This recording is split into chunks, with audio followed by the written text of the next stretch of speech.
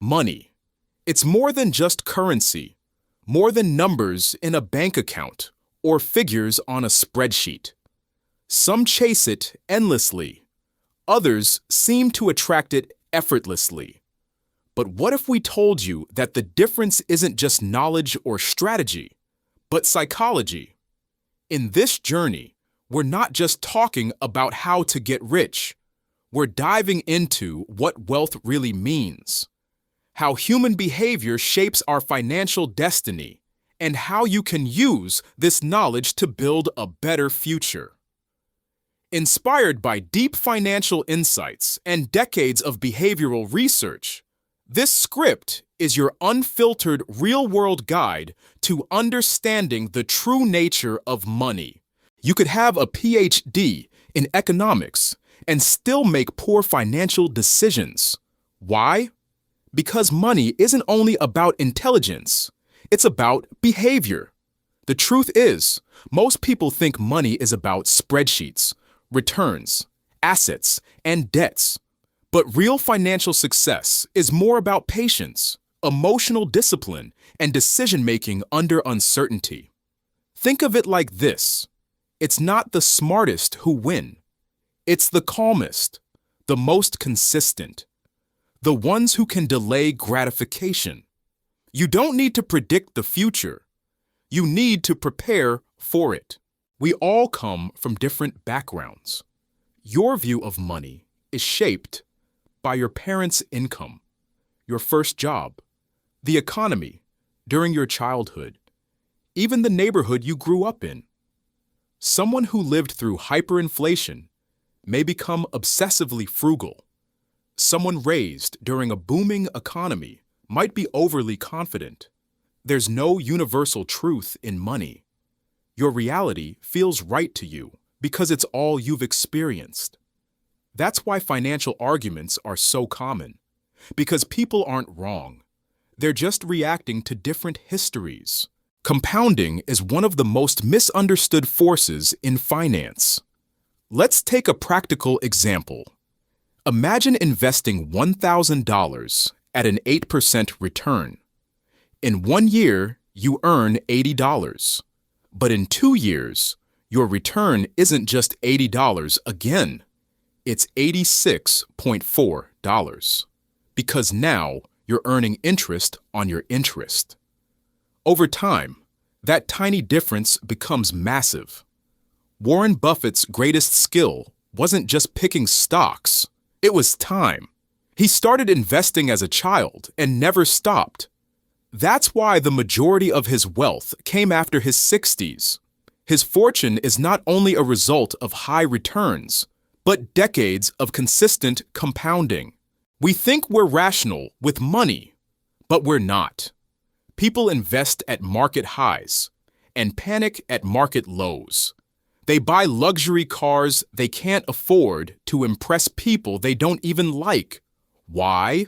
Because money decisions are emotional. They're tied to status, fear, envy, pride, and insecurity. One person sees risk, another sees opportunity. Same market, different emotions. Understanding your emotional triggers with money can save you from countless regrets. Consider this. 2 people follow the same plan. One ends up broke, the other becomes a millionaire. What happened? Luck, or risk, or both? Success isn't just about hard work. Luck plays a role. And failure isn't always due to laziness. Sometimes it's just risk showing up uninvited. Bill Gates went to one of the few schools in the world with early computer access. Kent Evans, his equally talented classmate, died young in a climbing accident. Different outcomes, same potential. So be kind to yourself when things go wrong, and humble when they go right. In investing and in life, a few events make the biggest difference. Out of hundreds of stock picks, Warren Buffett made most of his wealth from just 10. In venture capital, one winning startup can cover the losses of dozens of failures. Amazon's Prime and AWS carry the weight of dozens of failed products. These are tail events, rare, powerful occurrences that change everything. Success is often about surviving the average and capitalizing on the exceptional. You don't need to be right often, just at the right time. It's easy to look at someone's lifestyle and assume they're wealthy. Nice car, expensive watch, big house. But wealth isn't visible. It's the money you didn't spend. It's the vacation you didn't take, the gadget you didn't buy, the status symbol you passed up. Rich is loud. Wealth is silent. Being rich is spending money. Being wealthy is saving it. And that means choosing not to show off, choosing future freedom over present flexing. Why do we listen to economic doomsayers?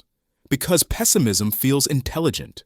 It sounds cautious, wise, safe. Optimism feels naive. But look at history. Despite wars, recessions, pandemics, and crises, markets have risen.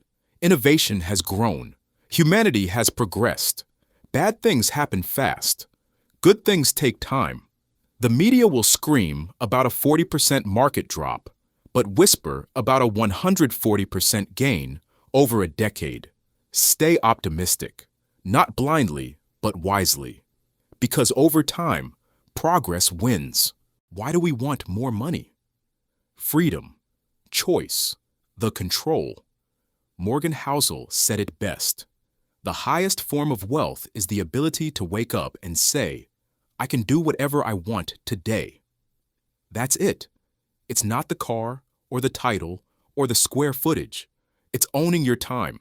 Money that buys freedom is far more valuable than money that buys status. We all want big returns, but we don't want the volatility. That's like wanting muscles without exercise, or wanting success without sacrifice. Investing isn't free. The cost is emotional. It's staying calm during crashes. It's resisting greed during bubbles. It's holding the line when everyone else is panicking. The market doesn't charge you money up front. It charges you with stress, doubt, and uncertainty. And just like climbing a mountain, that cost is worth it if you're willing to keep going. When is enough? Enough. Most people never ask because the goalpost keeps moving. First, you want a stable job, then a car, then a bigger house, then two, then passive income, then early retirement, then legacy wealth. Chasing more without defining enough is a race with no finish line. Know when to stop. Know when you've won. Because not knowing can cost you everything, even your peace of mind. Money is not math. It's behavior. It's not about having the perfect strategy. It's about sticking to a good one long enough. Financial success isn't about brilliance. It's about consistency. It's not about never making mistakes. It's about not quitting after them. It's not about beating others. It's about building a life you're proud of. And in the end, the best money habit isn't saving more or earning more. It's understanding yourself more. Because when you master your mind, you master your money. If this video helped you rethink your relationship with money, like, share, and subscribe for more deep dives into the mindset of success. Let's build not just wealth, but wisdom.